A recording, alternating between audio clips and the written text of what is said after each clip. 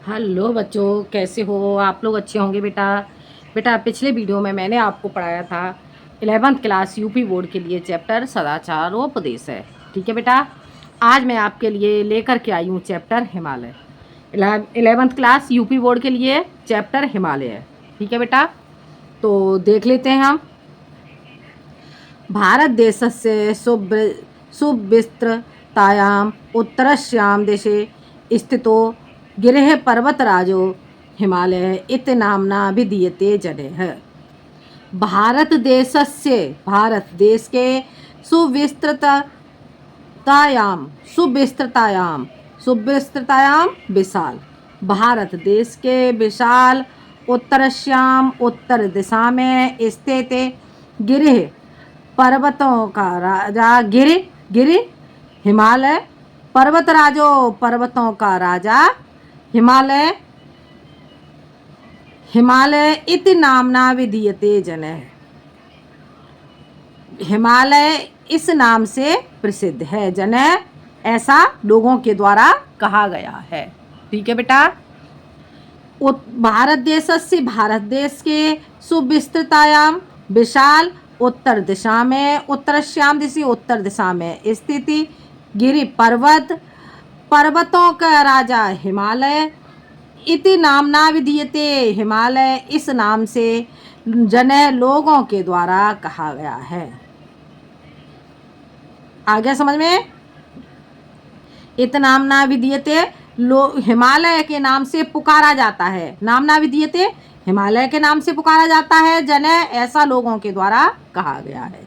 भारत देश के विशाल उत्तर दिशा में स्थित पर्वतों का राजा हिमालय इस नाम से पुकारा जाता है। जनैः ऐसा लोगों के द्वारा कहा गया है। अस्य महोच्चान्ये शिखराणि जगत सर्वानपि पर्वतान जयन्ते। अस्य महोच्चान्य, उसकी, महोच्चान्य ऊंची, शिखराणि चोटियाँ, उसकी ऊंची चोटियाँ जगत संसार में, सर्वानपि सभी पर्वतान जयन्ते सभी पर्वतों को जीतती हैं। उसकी ऊंची चोटियाँ संसार में सभी पर्वतों को भी जीतती हैं। पर्वतानपि पर्वतों को भी, सर्वानपि सभी, पर्वतान पर्वतों को जयंती जीतती हैं। आगे बेटा समझ में? अस्य उसकी, महोच्चान्य ऊंची, शिखराणि चोटियाँ, जगत संसार को, संसार के, सर्वानपि सभी पर्वतान पर्वतों को जयंती जीतती हैं। आ गया समझ में? उसकी ऊंची चोटियाँ संसार के सभी पर्वतों को जीतती हैं। अतएव लोका एव पर्वतराजम कथयन्ति, इसीलिए लोका, लोका कहेंगे संसार के लिए। ठीक है, इसीलिए संसार एव पर्वतराजम कथयन्ते, संसार से पर्वतराज कहता है। आ गया बेटा समझ में? इसीलिए संसार से पर्वतराज कहता है। अस्योन्नतानि शिखराणि सदैव हिमे आच्छादितानि तिष्ठन्ते। अस्योन्नतानि, अस्योन्नतानि इसकी ऊंची, शिखराणि चोटियाँ, अस्योन्नतानि इसकी ऊंची चोटियाँ, शिखराणि कहेंगे अस्योन्नतानि इसकी ऊंची, शिखराणि चोटियाँ, सदैव हमेशा, हिमे, हिमे कहेंगे बर्फ के लिए, बर्फ से आच्छादितानि बर्फ से ढकी हुई, तिष्ठन्ति रहती हैं। इसकी ऊंची चोटियाँ सदैव बर्फ से ढकी हुई रहती हैं। अतएवास्य हिमालय इति हिमगिरित्यपि च नाम सुप्रसिद्धम, इसीलिए हिमालय, हिमगिरि, हिमालय इस, अतएव इसीलिए हिमालय, हिमगिरि यानी कि हिमालय पर्वत इस नाम से प्रसिद्ध है। हिमालय और हिमालय पर्वत के नाम से प्रसिद्ध है। आ गया समझ में? अतएवास्य इसीलिए हिमालय इति, हिमालय गिरि, हिमालय और हिमगिरि, हिमालय और हिमगिरि नाम से प्रसिद्ध है। आ गया समझ में? इसीलिए हिमालय और हिमगिरि के नाम से प्रसिद्ध है। आ गया समझ में? एवरेस्ट, गौरी शंकर प्रवृत्ति ने अस्य शिखराणि जगते उन्नतमाने सन्ति। एवरेस्ट, गौरीशंकर इत्यादि अस्य शिखराणि, इसकी ऊंची चोटियां, जगते संसार की ऊंची चोटियां, उन्नत माने सबसे ऊंची संति हैं। एवरेस्ट, गौरीशंकर इत्यादि इसकी ऊंची चोटियां, अस्य इसकी शिखराण चोटियां, जगत संसार में उन्नत माने सबसे ऊंची हैं। एवरेस्ट, गौरीशंकर इत्यादि इसकी चोटियां संसार में सबसे ऊंची हैं। हो गया क्लियर। अस्य आदित्यकायाम, इसकी तलैटी में, आदित्यकायाम तलैटी में, इसकी तलैटी में त्रिविष्टप, त्रिविष्टप कहेंगे यहाँ पे तिब्बत। ठीक है बेटा, इसकी तलैटी में तिब्बत, नेपाल, भूटान देशाः पूर्ण सत्ता संपन्नाः, कश्मीर, हिमाचल प्रदेशासम, सिक्किम, मणिपुर प्रभृतयः भारतीयाः प्रदेशाः सन्ति। अस्य आदित्यकायाम, इसकी तलैटी में तिब्बत, नेपाल, भूटान देशाः देश, पूर्ण सत्ता संपन्न, पूर्ण रूप से सत्ता संपन्न, कश्मीर, हिमाचल प्रदेश, सिक्किम, मणिपुर इत्यादि भारतीय प्रदेश हैं। आ गया समझ में। उत्तर भारतस्य पर्वतीयो भागोऽपि हिमालयस्यैव प्रान्तरे तिष्ठते। उत्तर भारत के पर्वतीय भागों भाग में भी हिमालय के प्रांतरे यानी कि अंतर्वर्तीय भूभाग में तिष्ठित है। उत्तर भारत के पर्वतीय भागों पर भी हिमालय अंतर्वर्तीय भूभाग पर है। आ गया समझ में। आगे देखते हैं बेटा, एक बार इसका अर्थ हम फिर से समझ लेते हैं।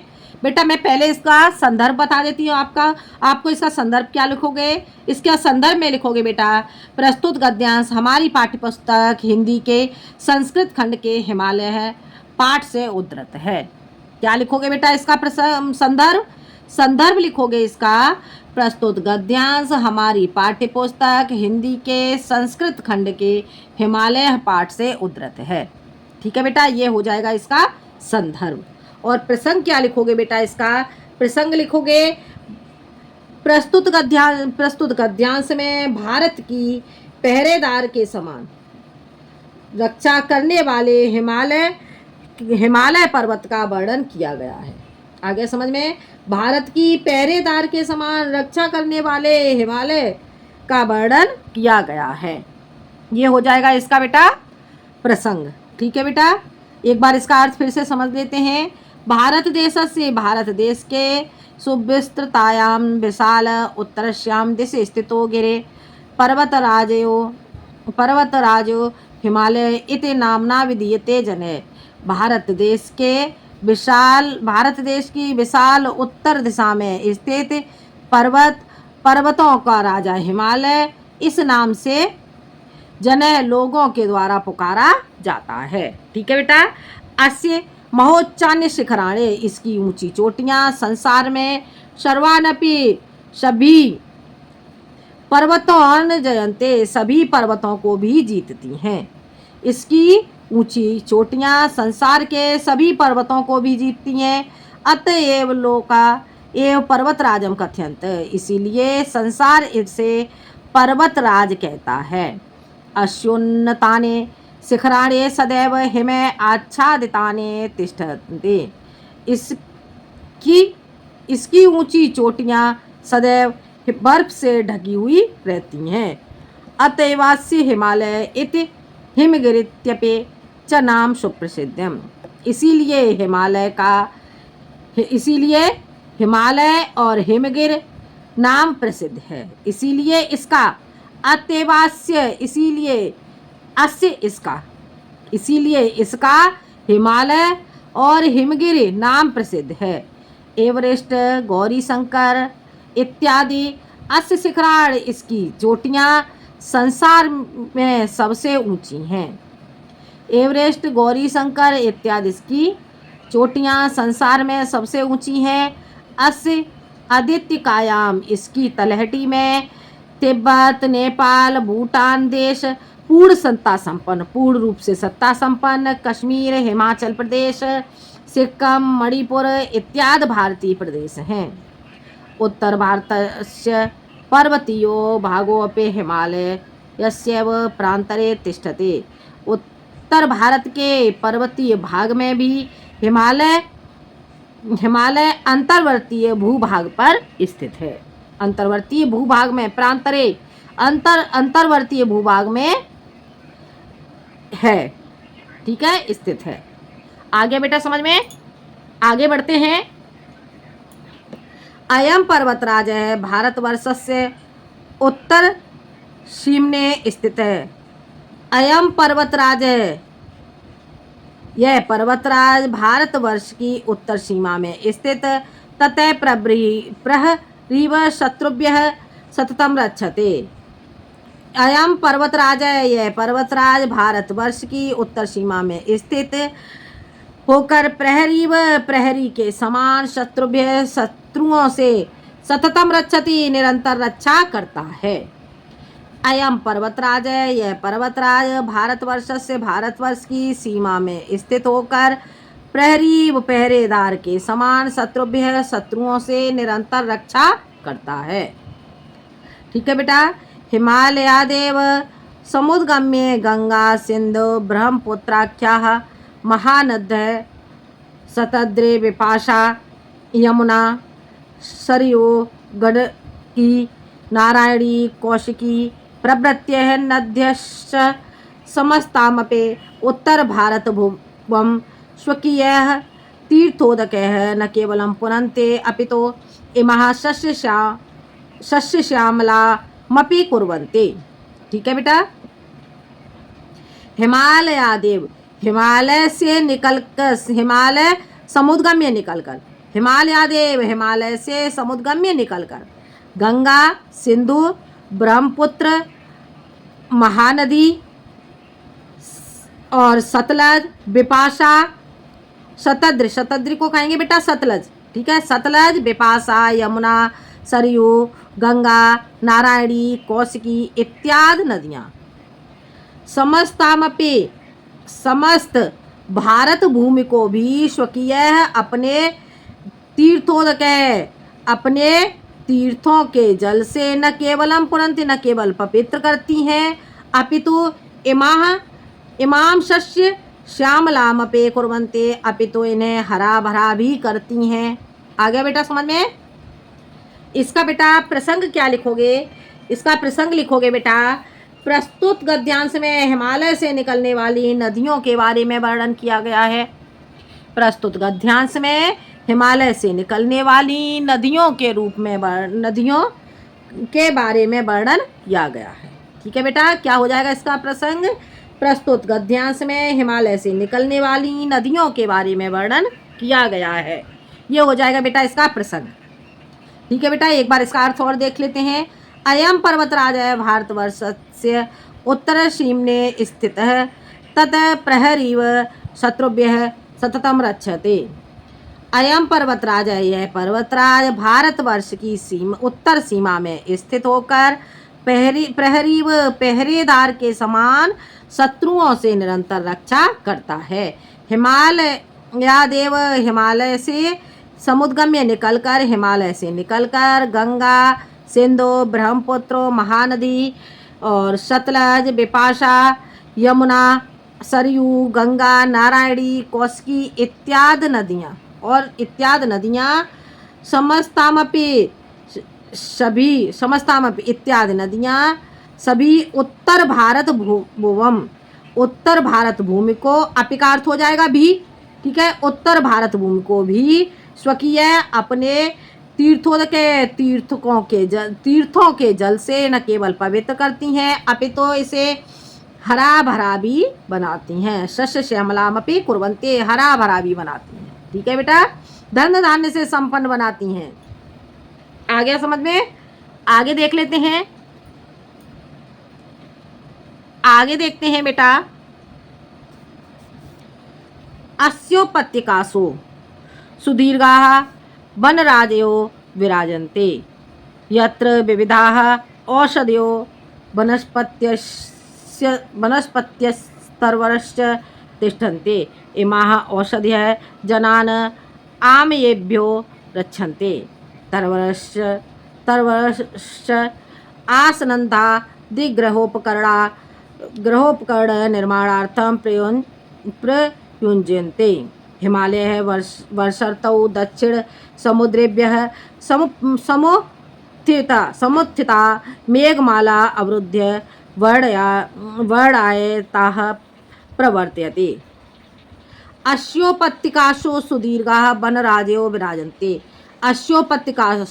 अस्योपत्यकासो इसकी गुफाओं में सुदीर्घा अत्यधिक विशाल वनराजयो विराजन्ते अत्यधिक विशाल वनराज विराजमान होता है। वनराज कहेंगे यहाँ पे वनस्पतियों के लिए, ठीक है बेटा। इसकी गुफाओं में अत्यधिक विशाल वनस्पतियाँ विराजमान होती हैं। यत्र विविधाः औषधयोः वनस्पतयस्तर्वरश्च तिष्ठन्ते यहाँ अनेकों प्रकार की औषधियाँ वनस्पतियाँ और वृक्ष स्थित हैं।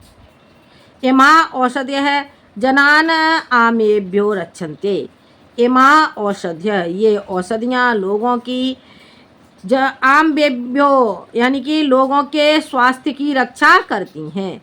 ये औषधियाँ जनान लोगों के आमेभ्यो स्वास्थ्य की रक्षा करती हैं। तरवरश्च और वृक्षों से आसंधादे गृहोपकरण निर्माणार्थम आसंधादे किसे कहेंगे बेटा? कुर्सी के लिए, ठीक है। और वृक्षों से कुर्सी गृहोपकरण और कुर्सी और घरेलू उपकरण का निर्माणार्थम प्रयुज्यते घरेलू उपकरणों के निर्माण के लिए प्रयोग किया जाता है। किसके लिए वृक्षों का प्रयोग किया जाता है? तरवरश्च और वृक्षों का कुर्सी और घरेलू उपकरणों के निर्माण के लिए प्रयोग किया जाता है।